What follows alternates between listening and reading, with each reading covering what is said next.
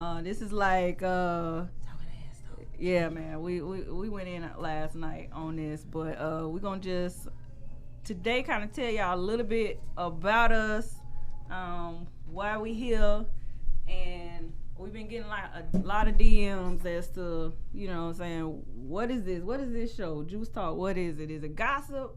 Um, we got people talking about the Bible and church and all this.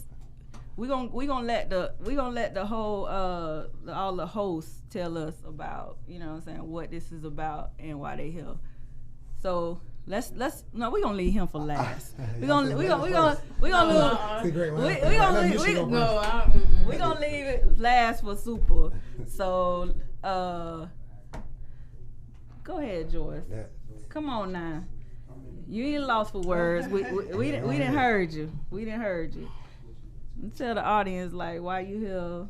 What brought you to this point. What brought me to this point is I feel like it's time for me to birth my baby, the vision that God gave me. Mm-hmm. What that vision is. I am a screenplay. I'm an author. Excuse me. I'm a writer. I like to write. I like to be silly. I like to have fun, tell jokes. So I got a couple of plays and a couple of short stories that I'm trying to get out there. And What projects are you working on right now? right now I am working on my play, which is called That Damn Joyce. Also, The Driver's Room, which is some stories that I'm a bus driver, so I write little stories every morning. I make them up, so the characters are not real, and it's about everyday life of a bus driver. And it's funny, it's crazy. I mean, you'll love it. And my play, That Damn Joyce, is really about my life. It's about me who can't seem to keep a man.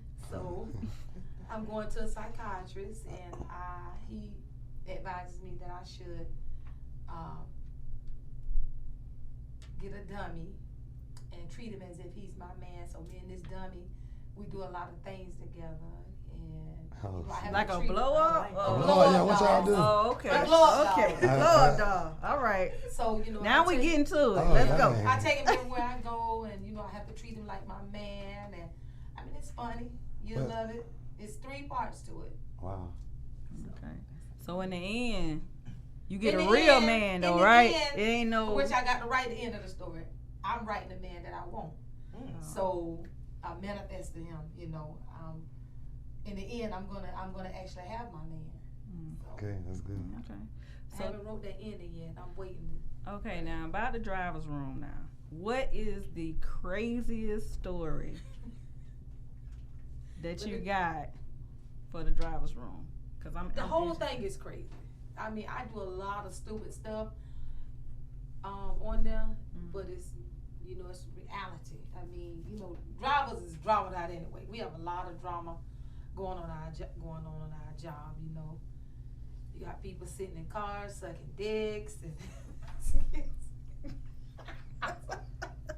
y'all want to hear the wrong? What y'all want to hear? Go ahead. We got a lot of people sleeping with each other. It's just a lot of everyday stuff, that goes on really, really. So Like That's on the right. bus. on the yard, it's a lot of stuff, Like trying to It's see the like, bus. like in a break room. No, in parking lots, you got stuff goes on the parking lot. Got stuff that does go on the bus. Mm. Just drivers. Period. It's a lot of stuff that's made. Dang, When I yeah, said so that bad. about people sucking dick in the parking lot, I'm gonna tell you why I said that, because somebody had lied on me and said that I was out in the parking lot sucking dick. So me, the person I am, I didn't deny it. It was a lie. But I was like, hell yeah, bitch, you ain't never sucked no dick in the parking lot. You all the trying, And rumors, see, one thing about a rumor, you cannot stop a rumor. Right. So never fight against that rumor. Oh, just agree with the shit. Dang. And the person that brought it to me was the one who made it up. So when she brought it to me, like, I heard you in the parking lot sucking dick, I said, bitch, yeah. You never saw no dick in the parking lot? That shit is good, girl. I was sucking the shit out that dick. And then she walked away with a sad face because she couldn't get to me. Right. Like, you know, her goal was to destroy me and piss me off. Yeah. But the way I came back at her, you know, it fucked up. So, you know, the driver's room is really good. You'll like it. It's about, that's dope. It's made up characters, but situations. Okay. All right. I have to be careful because I'm a bus driver. That's okay. All right. So, that's something to look forward to, y'all. So just be following JuiceTalk because Driver's Room will be making its debut here shortly. Because I can't wait to hear about some of these stories. People sucking dick and all that. I'm like, okay, they going in. Okay, all right. So that's That Damn Joyce. Is her personality name, but that's that Driver's Room and one of her plays. We'll be shooting it here in Atlanta soon. So we're gonna go over here to Miss Misha though. So she's doing modeling and acting. So we wanted to be able to know a little bit about her and what brought her here and what she's trying to do with her life too. So everyone knows, everyone just says that Atlanta is just it's the place to start off. And by me getting to this point in my life where I know that I'm worth more than what's been given to me, I feel like I'm building that self-confidence, that self-love about myself. So at this point, I'm like, I deserve to be on the screen. You know, I feel like I have a story to tell. I feel like, well, I'm not going to say that I know that I have a story and I know that my voice can be heard. There's a story that I would love to tell that's going to help aid other women, other females to get on this shit. Excuse me, like to get on it. Don't waste no time. I just feel like I have a story to tell, and I feel like my voice needs to be heard. I can help a lot of women. Aside from that, I want to be on the big screen. I have a lot to give, and that's in acting, that's in modeling. Again, I'm building. I'm to that point, you know, I'm building my self-love about myself. So I want to show myself off. I feel good about myself. Okay, so I know this is like you're in the beginning stages of like your acting and modeling. So, so far, tell us about like some of your experiences that you have. Has it been like hard trying to get in the door, or has it been kind of easy for you? I'm not going to say it's been hard, because once you take certain approaches to life, doors just start opening up for you. It's up to you. You are the only one that's holding yourself back. So I can't say that it's been hard, but I can't say it's been easy either.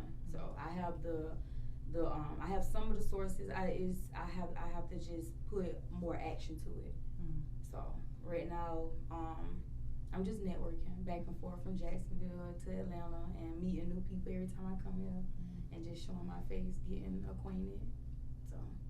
Okay.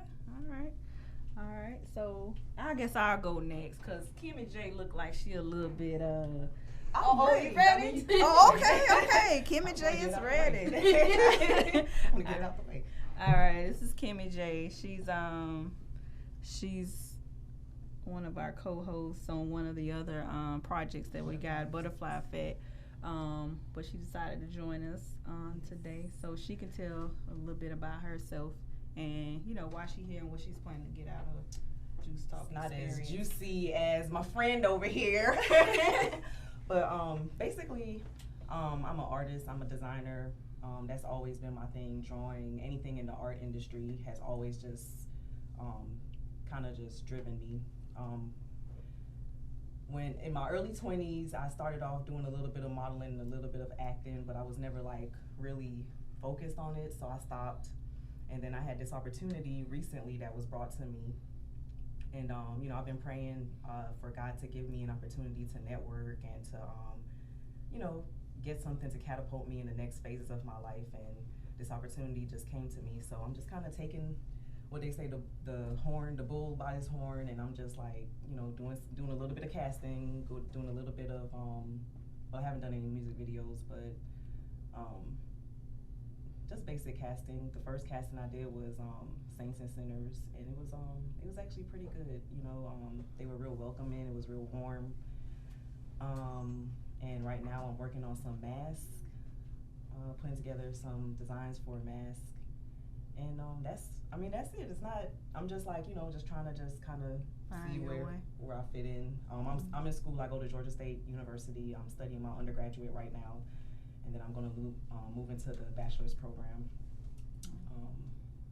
So that's pretty much it. I'm just, you know, designing has always been my thing. So I'm doing casting, but I still want to pursue my designing career, career as a designer. So that's more, the design is more like your passion. Right. And the other one kind of just falls in a place of that. Okay. All right. Okay, super. Now, see, I got to guide his questions because, you know what I'm saying, he can kind of misbehave a little bit. So we got to keep him in line.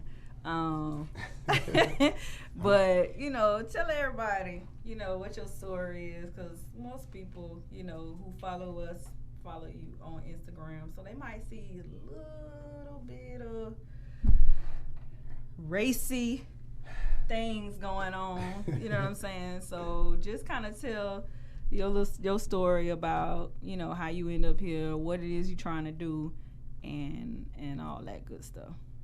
Okay, I'm from Duval, from Jacksonville, Florida. Born and raised by my great grandmother. My first job was selling drugs, so I always had that hustle in me. Right. You know, my daddy wasn't really around, so like that. So I just looked up to the gangsters and the drug dealers. So I learned a lot from them. But I turned it around because I had my first kid at 17. So I turned it around. I didn't want to go to jail to get killed. I wanted to be here for her. So I turned it around and put my hustle into other things. So I became a manager of the bank, and then I started doing barbering. I'm an international longshoreman. Just put my hustle into other industries, and then I ended up doing music, and now acting and modeling and casting. Got a team. We get people cast, movies, TV shows, paid model gigs. So I play every position on the court. I'm kind of like a LeBron James. You know what I'm saying? Whatever you want me to play. I was point guard, shooting guard, center, power forward, small forward, coach. All of them, huh? I'm gonna make it happen. But I love entertainment. I'm a barber. I forgot about that. Well, I said that, I think. A celebrity barber, so I cut hair. So a lot of times I go to set, the model in the video, and I end up cutting everybody's hair. And so I make money both ways. So it's just a blessing, though, for God to give me so many talents. And to be able to use them. Now I'm in Atlanta. I plan on just taking over Atlanta. And I put God first. So I'm not religious. I'm spiritual. Okay. I love Jesus. I put him first. Because, you know what I'm saying? A lot of people don't really know where I come from. I always glorify God. I done got a lot of guns pulled on me. I done had to take a gun from somebody after they caught the gun bite. And that was a risky chance. So I know God done protected me. He done been with me. So that's why I give him the glory, because I ain't supposed to be here. You know, the police done pulled me over. I had dope in the car. I ain't searched the car. You know what I'm saying? I tried to put dope on me, and I done prayed, and they ain't searched the whole car. You know what I'm saying? So it's like God done brought me through a lot of situations. I could have been in jail, dead, so I ain't supposed to be here. So that's why I give him glory. Even though I'm not perfect, I'm perfect through Christ. Okay. All right. Now, I did hear a rumor that you were bank manager by day and DJ at a strip club by night. Is that that's accurate? Not really wrong, that's accurate. Oh, that's accurate. Yeah, okay. I'll tell you a story. I had to make money. I had a CD I called Gorilla Pimpin'. So I was like doing my own photo shoots, doing my own mix and master. I was paying for everything. I had a record label. So I was like, I need a night job. So I was really just like looking through the newspaper at the time. And I seen that the Silver Fox needed a DJ. The Silver Fox. That was like the #1 strip club in Jacksonville at the time, though. So I just went to apply. I never forget, I had a dick outfit on. I walked in there. I ain't had no CDs or CDs at that time. And I talked to the DJ. I was like, I ain't never DJ before, but I learned, and we vibed. And he showed me like 2 or 3 nights. And then he was like, you can start such and such night. So I never forget the first night I started, he wasn't there. So it was like they cut off the jukebox. And so I had to hit every button on the thing, and everything still wasn't coming on. I'm like, oh man, what's the other button? And like the jukebox off. So the dancers, they slowing up dancing. They looking back like, where the music at? So everybody kind of looking. So I feel like time froze. I'm like, oh man, I'm like, you know, one little switch, and I hit that switch, like, do. So everything came on. And then I started DJing, so I loved it though. Like at the time, I was in a relationship where I was actually married. I got cussed out like every hour until I brought the money home, cause you know what I'm saying. But it ended up being good though. I had to watch my back. It was like a hood strip club. You didn't know if the ATF was gonna come in. You didn't know if the Giant Boys was gonna come in. You didn't know if somebody big daddy was gonna come in acting crazy. You had to be on guard at all times. But I had a good time, and I learned a lot from that. It was like I had 30 girlfriends, cause I had